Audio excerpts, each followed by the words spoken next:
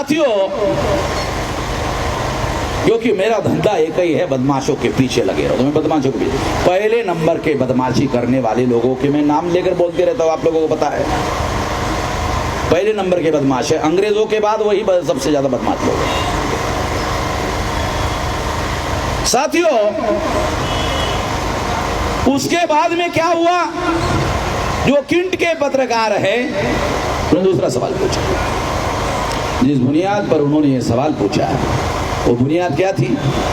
एक आरटीआई के पत्रकार ने ईवीएम मशीन बनाने वाली फैक्ट्री को आरटीआई में जानकारी पूछी कि चुनाव आयोग को आपने ईवीएम मशीनें कितनी दी? फैक्ट्री बनाने, ईवीएम बनाने वाली कंपनी ने आरटीआई के कार्यकर्ता को लिखकर दिया, हमने चुनाव आयोग को 40 लाख ईवीएम मशीनें दी। ये लेटर उसको मिलने के बाद उसने दूसरा लेटर लिखा चुनाव आयोग और पूछा, आपके पास ईवीएम मशीन कितनी है?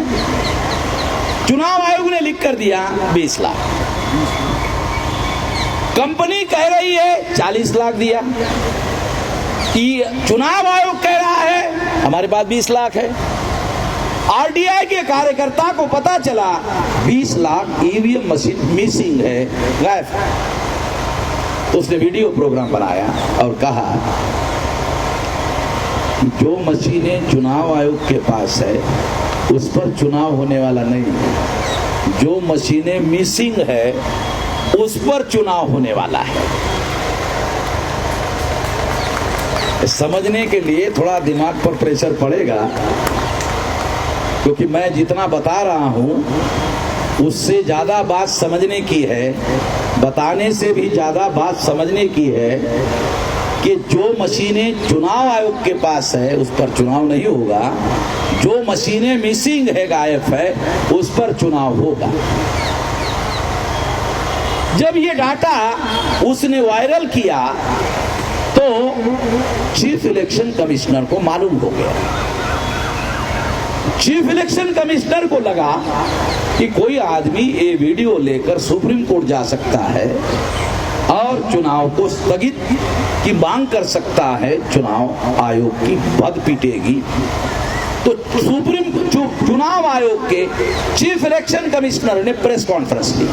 प्रेस कॉन्फ्रेंस लेकर कहा कि ईवीएम मशीन ट्रांसपोर्ट करने के लिए जो गाड़ियां लगाई जाएगी उन गाड़ियों में जीपीएस ट्रैक सिस्टम लगाया जाएगा, ताकि गाड़ियां कहां से आ रही है, ईवीएम को लेकर आने वाली जाने वाली, उसका रिकॉर्ड रखा जाएगा कि कहां से आ रही, कहां जा रही।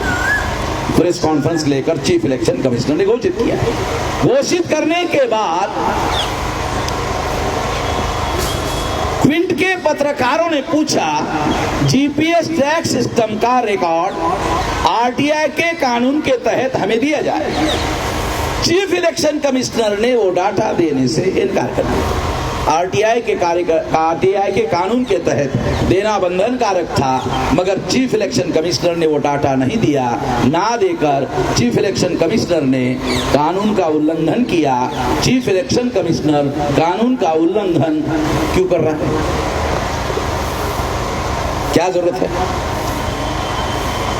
क्योंकि वो जानता था कि यदि जीपीएस ट्रैक सिस्टम दे दिया गया तो हर लोकसभा चुनाव में जो घोटाला हो गया है वो सारा का सारा डाटा समेत प्रूव हो जाएगा, और वो डाटा अगर सुप्रीम कोर्ट गया तो कोई उस डाटा के आधार पर ये चुनाव रद्द करने की मांग कर सकता है। और अगर ऐसा हुआ तो चुनाव कमिश्नरों को देशद्रोह का सामना करना पड़ेगा, फांसी की सजा का सामना करना पड़ेगा। मामला बहुत ज्यादा सीरियस है। उन्होंने डाटा देने से इनकार कर दिया। साथियों, मेरे पास 64 आईएएस अधिकारियों का लेटर आया जो बड़े बड़े ओहदे पर रहे हैं। 64 आईएएस रिटायर्ड ऑफिसर जो सेक्रेटरी रहे हैं, प्रमुख सचिव रहे हैं और चीफ सेक्रेटरी रहे हैं और कहीं कहीं चीफ इलेक्टोरल ऑफिसर रहे हैं।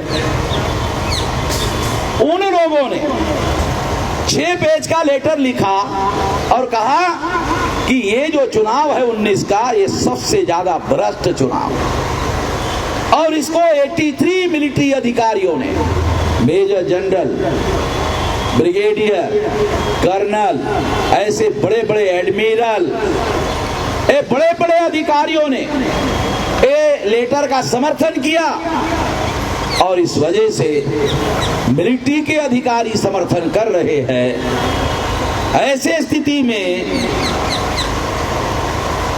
नरेंद्र मोदी की सरकार 5 साल चल जाएगी, मुझे यकीन नहीं, मुझे विश्वास नहीं।